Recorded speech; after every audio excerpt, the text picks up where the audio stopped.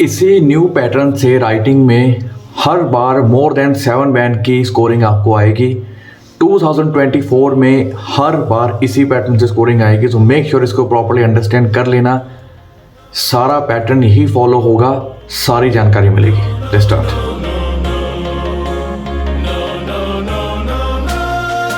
2024 के अकॉर्डिंग जो real exam writing का पैटर्न है, जिसको 100% 7.5 बैंड मिलेंगे ही मिलेंगे, जिसको एग्जामिनर 7.5 बैंड दे चुका है, जिस चीज़ को यूज़ करके एग्जैक्टली 7.5 बैंड आने हैं, उसको मैं आपको प्रैक्टिकली अभी समझाने जा रहा हूँ। किस तरीके से अकेली अकेली लाइन को अंडरस्टैंड कर लेना। I will be explaining every single thing that is needed according to 2024 standards for writing task 2। For writing पूरे टास्क 2 के लिए भी बता रहा हूँ, टास्क 1 के लिए भी बताऊँगा।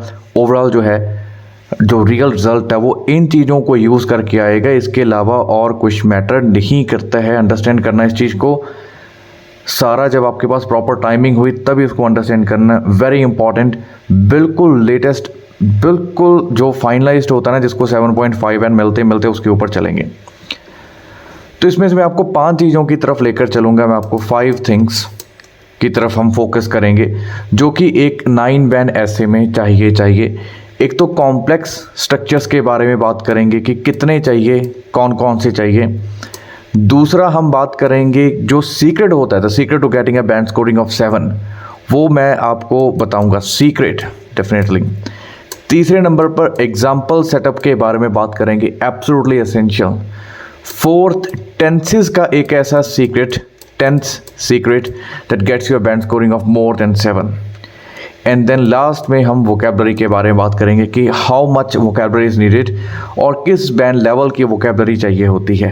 ठीक है, और ये सारी चीज़ें लेटेस्ट रिजल्ट है मेरे एक स्टूडेंट का रिसेंटली, और ये जीटी का रिजल्ट है। तो आप मानकर चलो, आपको पता होता है ना कि जीटी की रिक्वायरमेंट कितनी ज़्यादा थी। 777 की रिक्वायरमेंट वाले स्टूडेंट है जिन्होंने अकॉर्डिंग टू मी प्रॉपर्ली चला। ये सारी चीज़ें क्लास में सिखाई गई हैं with the help of template, जो कि मेरी खुद की बनाई गई है।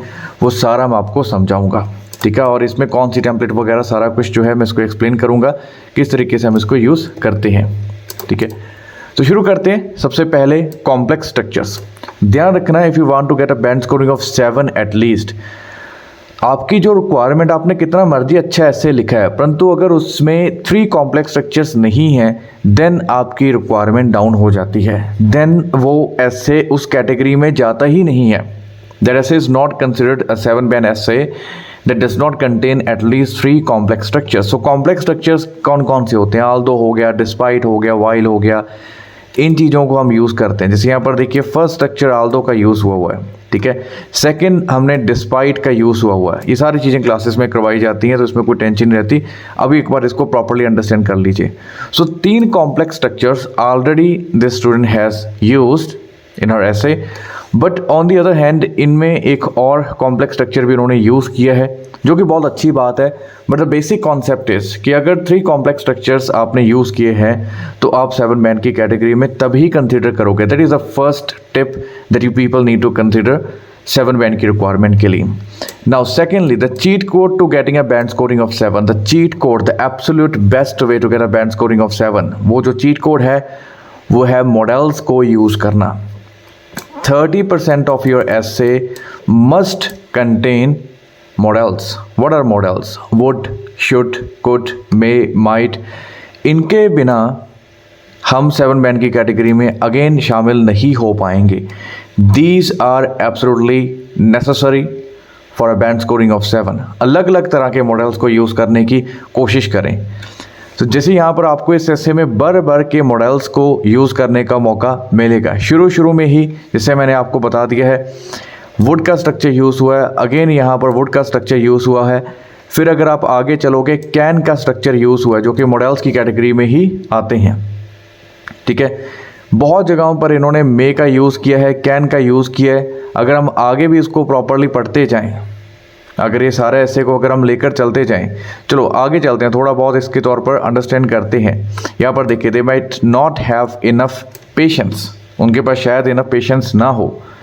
तो रीज़न जैसे मैंने आपको बताया कि 30% ऑफ योर ऐसे, 30% उसमें इस चीज़ का यूज़ होना ज़रूरी है। तो काफ़ी जगहों पर शुरू में भी अगर हम देखें, दोबारा इस ऐसे को पढ़ते हैं, आगे चलते जाएंगे, मैं आपको और भी समझाता जाऊंगा जहाँ जहाँ पर इन चीज़ों को यूज़ किया गया है। ठीक है, सो मॉडल्स 30% ऑफ योर एसे जो आपका चला जाएगा 30%, इट मस्ट कंटेन मॉडल्स 30% जो आपका पार्ट चला जाएगा। ठीक है, so this is the first thing. पहले हमने कॉम्प्लेक्स स्ट्रक्चर्स को अंडरस्टैंड किया, दूसरे नंबर पर हमने मॉडल्स को अंडरस्टैंड किया, तीसरा जो टेंस बेस्ड आपको टिप चाहिए बेस्ड ऑन 2024, तो वो है आपको प्रेजेंट परफेक्ट को यूज़ करना। अगर हम प्रेजेंट परफेक्ट यूज़ नहीं करते कम से कम एक बार, we need to use this structure at least once. ये भी यहाँ पर भी यूज़ हुआ था, अगर 2 बार यूज़ हो चुका है तो भी कोई दिक्कत नहीं है, दैट इज़ परफेक्टली फाइन।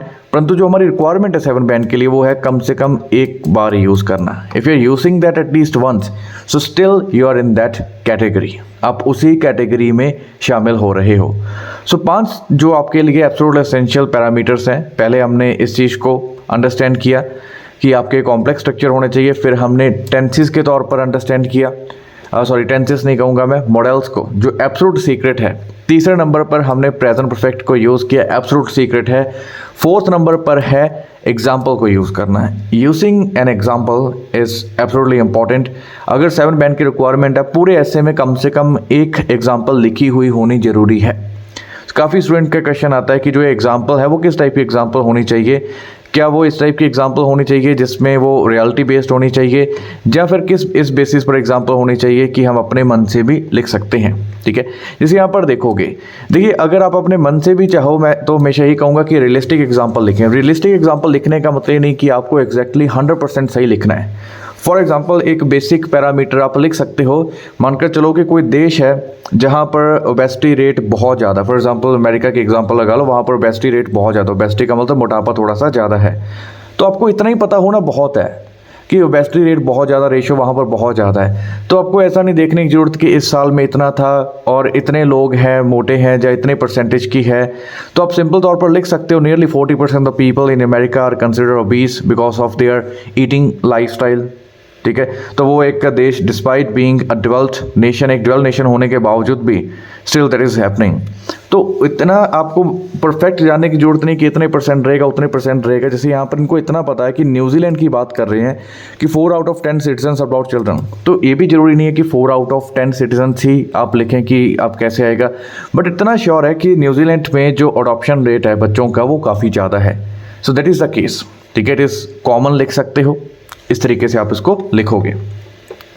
सो फिर देखिए आपने एग्जाम्पल लिखना है, एब्सोल्युटली एसेंशियल है, आप इन एग्जाम्पल्स के तौर पर लेकर चल रहे हो। तो सबसे पहले आपको कॉम्प्लेक्स स्ट्रक्चर्स चाहिए, मॉडल्स चाहिए, 30% ऑफ योर पार्ट आपका मॉडल्स में आना चाहिए। थर्ड नंबर पर हमने प्रेजेंट परफेक्ट को लिखा है, प्रेजेंट परफेक्ट के साथ हमें एग्जाम्पल देना बहुत ज़रूरी है। नाउ बात आ जाती है वोकैबुलरी की। देखिए वोकैबुलरी एक ऐसी चीज़ है जो ज़्यादातर स्टूडेंट को लगता है कि एक वर्ड के हमें 10-10 सिनम आने चाहिए, 5-5 सिनम्स आने चाहिए, but that is not needed. जो भी मैं बात कहने जा रहा हूँ ना उस चीज़ को कहते हैं topic related vocabulary, that is the most important part. आपको वोकैबुलरी से स्कोरिंग नहीं मिलती है, आपको टॉपिक रिलेटेड वोकैबुलरी से स्कोरिंग मिलती है। तो टॉपिक रिलेटेड वोकैबुलरी के तौर पर अगर हम लेकर चलें, चलो वन मेन ड्रॉप है कि अच्छी वोकैबुलरी है, परंतु ये टॉपिक रिलेटेड वोकैबुलरी नहीं है, दे मे बिकम इनकैपेबल। सो ये बच्चों के ऊपर एक क्वेश्चन था कि जो काफ़ी लोग हैं वो 30 एज के बाद बेबीज़ प्रोड्यूस करना चाहते हैं, तो इनकैपेबल एक ऐसा वर्ड है जो कि सिर्फ इसी वोकैबुलरी में यूज़ आएगा, जो इसी जगह पर जो यूज़ होने वाला है। That's why it is a great adaptation. तो वोकैबुलरी वर्ड जो हम यूज़ कर रहे हैं, सिमिलरली ऑफस्प्रिंग्स हम यूज़ कर रहे हैं। ठीक है, इसका ऑफस्प्रिंग का मतलब ये नहीं कि हर जगह पर हम यूज़ करेंगे तो वहाँ पर ही इस चीज़ के लिए आपको स्कोरिंग मिलेगी, no. So topic related vocabulary is the most important part that you people need to take care of. Okay, raise their offspring, ये वर्ड हम यूज़ कर रहे हैं, इस तरीके से स्कोरिंग आती है। सो आपके ऐसे में अगर 15 के आसपास टॉपिक रिलेटेड वोकैबुलरी है, वही आपको स्कोरिंग जो दिलवाएगी। ठीक है, ये सारी चीज़ें based on what I have taught in the class during the sessions, उसके तौर पर हम लेकर चल रहे हैं इसको।